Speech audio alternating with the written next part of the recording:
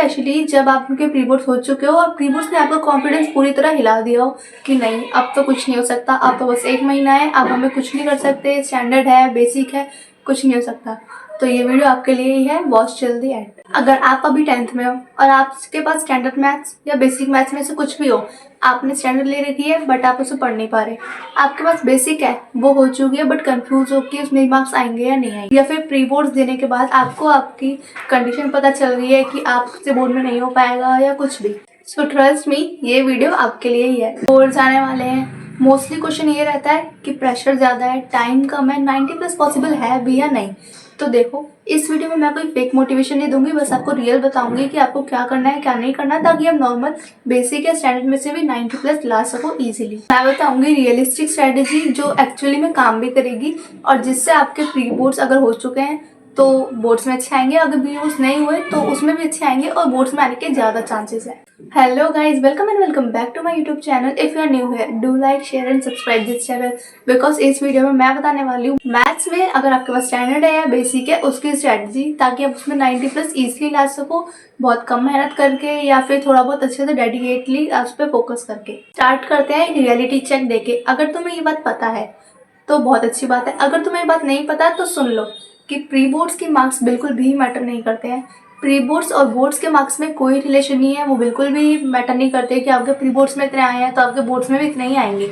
वो सिर्फ आपको दिए जाते हैं, प्री बोर्ड्स टफ बनाए जाते हैं ताकि आपको पता चल सके कि आपका वीक प्रेशर क्या है या फिर आप पेपर में कौन से टॉपिक आने वाले हैं, इंपॉर्टेंट टॉपिक्स क्या है, ये क्वेश्चन पेपर में आएंगे। आपको आते हैं या नहीं आते वो बस आपकी प्रिपरेशन की पोजीशन बताने के लिए होते हैं कि आपको बस इतना आता है इतना नहीं आता। एक बात आप सुन लो कि प्री बोर्ड्स के मार्क्स बिल्कुल भी मैटर नहीं करते हैं। आप इसको सोचना बंद कर दो कि हमारे प्री बोर्ड्स में इतने ही आए हैं तो हमारे बोर्ड्स में भी इतने ही आएंगे। अगर आपके प्री बोर्ड्स में मार्क्स कम आए हैं तो पैनिक होना बंद कर दो, क्योंकि बोर्ड्स में आपके इतने नहीं आने वाले, बोर्ड्स में आपके ज़्यादा ही आएंगे और वो भी सिर्फ उनके आएंगे जो अभी स्मार्टली प्रिपरेशन करेंगे या डेडिकेटली फोकस हो जाएंगे कि हाँ प्री बोर्ड्स में कम आया है, अब हमें बोर्ड में मेहनत करनी पड़ेगी।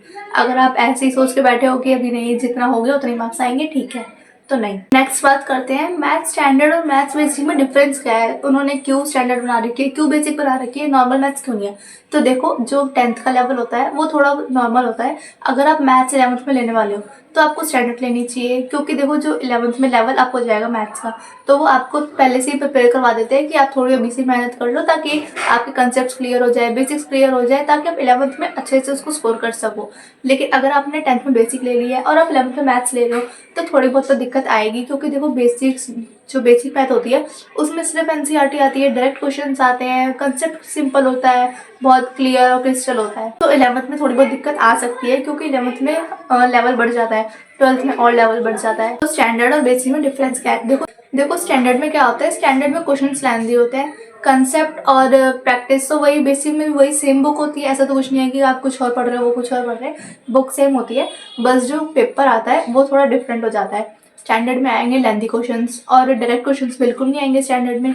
डायरेक्ट क्वेश्चंस आएंगे आपके 50% स्टैंडर्ड में। स्टैंडर्ड में प्रेजेंटेशन की बहुत इंपॉर्टेंट होती है, प्रेजेंटेशन आपकी बहुत अच्छे से होनी चाहिए, प्रैक्टिस अच्छे से होनी चाहिए और कंसेप्ट्स क्लियर होने चाहिए। बिल्कुल बेसिक्स तो क्लियर होंगे ही आपने स्टैंडर्ड लिए तो, और फिर बेसिक में होता है कंसेप्ट सिंपल होते हैं, प्रैक्टिस तो करते ही है। देखो मैथ्स है तो प्रैक्टिस तो होगी, बस मैथ्स में बेसिक में हो जाता है कि आपको डायरेक्ट क्वेश्चन आते हैं। 99% आपको पेपर में डायरेक्ट क्वेश्चन ही मिलेंगे। एनसीईआरटी मेन फोकस होती है बेसिक में, और स्टैंडर्ड में एनसीईआरटी से भी आता है, थोड़ा बाहर से भी आता है। अगर आपने बेसिक लिया है तो आप सिर्फ एनसीईआरटी पे फोकस करो, सिर्फ एनसीईआरटी पे। एनसीईआरटी कर लोगे ना आपके फुल मार्क्स भी पक्के हैं, क्योंकि एनसीईआरटी से पूरा क्वेश्चन आता है भाई।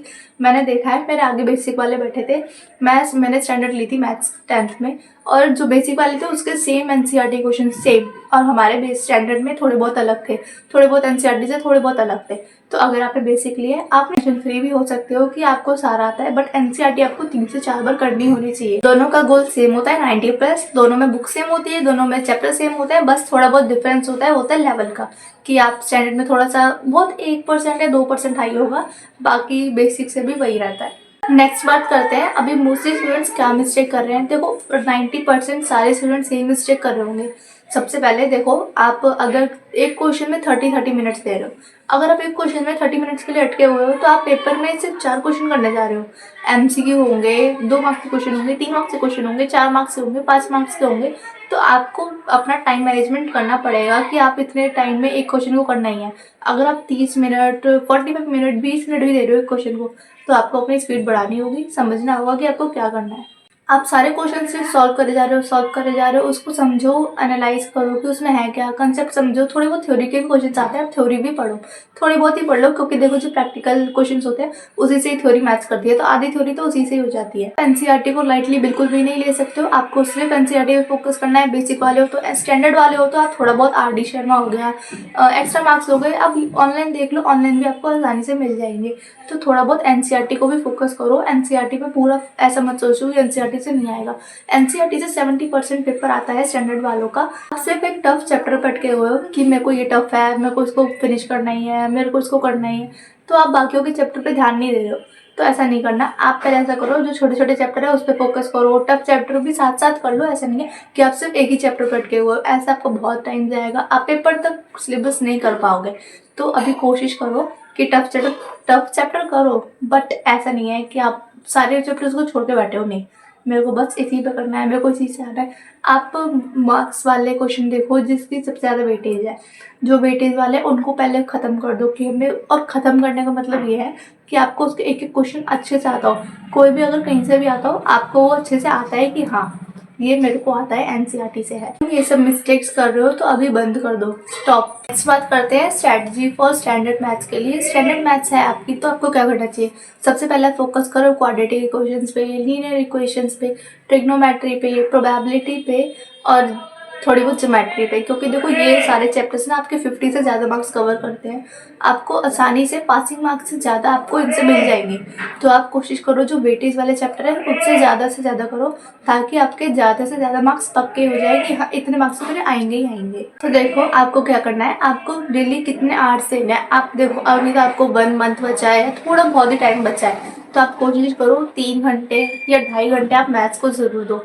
उसमें आपको सैम्पल पेपर्स करने हैं, प्रीवियस ईयर क्वेश्चन पेपर करने हैं, एनसीईआरटी सॉल्व करनी है, एडिशनल क्वेश्चंस करने हैं, एमसीक्यू की प्रैक्टिस करनी है। बहुत सारी चीज़ें हैं आपको करने के लिए और टाइम कम है, तो आप इसको यूटिलाइज करना सीखो कि आपको कैसे करनी है, क्या करना है। मोस्ट इंपॉर्टेंट, अगर आपने पीवाईक्यूज को नहीं करे अभी तक, पीवाईक्यू करना स्टार्ट कर दो, तभी जाके आपको पता चलेगा कि पेपर आने कैसे वाला है। पीवाईक्यूज बहुत इंपॉर्टेंट है, मैंने अपनी हर एक वीडियो में बोला है कि आपको पीवाईक्यूज करने ही है। मैं अपने एक्सपीरियंस से बता रही हूँ आपको। आपने अगर पीवाईक्यू करा है तो आपको 50% पेपर पता चल जाता है कि ऐसा आने वाला है, ये क्वेश्चन मोस्ट इंपॉर्टेंट है, ये क्वेश्चन रिपीटेड है, ये आने ही वाले हैं। अगर आप बोर्ड्स में आप कोई भी क्वेश्चन छोड़ देते हो तो आप सबसे बड़ी गलती कर रहे हो, क्योंकि देखो बोर्ड्स में अगर आपका आंसर गलत है कोई बात नहीं, अगर आपने स्टेप्स लिखे हैं तो आपको स्टेप्स के मार्क्स मिलेंगे। हाफ मार्क्स मिला, 1 मार्क्स मिला, 2 मार्क्स मिला, ऐसे कर करके अगर आपने 5 मार्क्स का क्वेश्चन छोड़ दिया तो 5 मार्क्स तो मिलेंगे ही नहीं। लेकिन अगर आपने उसमें स्टेप्स लिखे हैं तो आपको 3 मार्क्स मिल सकते हैं, 2 मार्क्स मिल सकते हैं। ऐसे कर करके आपके मार्क्स बढ़ते जाएंगे। अगर आपके मार्क्स बढ़ते हैं तो आपकी परसेंटेज भी बढ़ती है। आप सोचो अगर आपके एक सब्जेक्ट में मार्क्स कम आए हैं, उसकी वजह से आपकी परसेंटेज 90 से अबव जाती है, 91, 92, तो वो अच्छा लगता है। लेकिन आपकी जा रही है 88, 87। तो कोशिश करो आपको सारे फॉर्मूले रटे हुए होने चाहिए। आप हर एक स्टेप में फॉर्मूला लिख रहे हो, उसके मार्क्स मिलेंगे। आप अगर आप डायग्राम बना रहे हो या फिर अगर आप ज्योमेट्री में उसकी फिगर बना रहे हो तो आपको उसके मार्क्स मिलेंगे। तो कोशिश करो अच्छे से पढ़ो, समझ कर पढ़ो, रट्टा मार के नहीं। समझोगे तभी जाके आपके बोर्ड में दिमाग चलेगा कि हाँ इधर ये वाली चीज़ आनी चाहिए, इधर ही वाली चीज़ आनी चाहिए। प्रॉपर स्टेप्स दिखाओ। प्रेजेंटेशन मैटर करती है, प्रेजेंटेशन अच्छे से करना। अब मैथ्स में ऐसा नहीं है कि आप राइटिंग बढ़िया बना रहे हो, बिल्कुल अच्छे से फॉन्ट्स चूज कर रहे हो कि हाँ मेरे को फॉन्ट बढ़िया करके लिखना है, नहीं।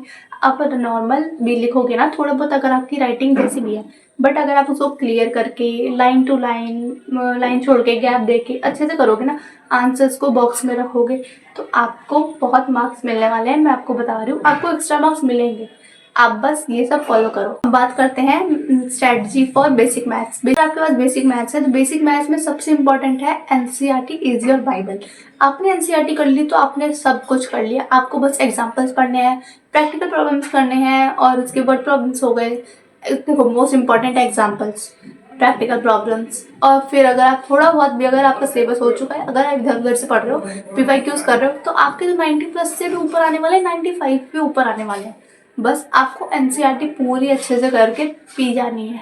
अगर आपके एनसीईआरटी परफेक्ट है, बिल्कुल अच्छे से आपको कोई भी क्वेश्चन दे दिया एनसीईआरटी का, आपको आता है, बढ़िया से कर दिया, तो आपके पॉसिबल है 90+। देखो मैथ्स के पेपर में होता है 3 तरह का होता है। ईजी होता है बिल्कुल, जो सब कर लेंगे।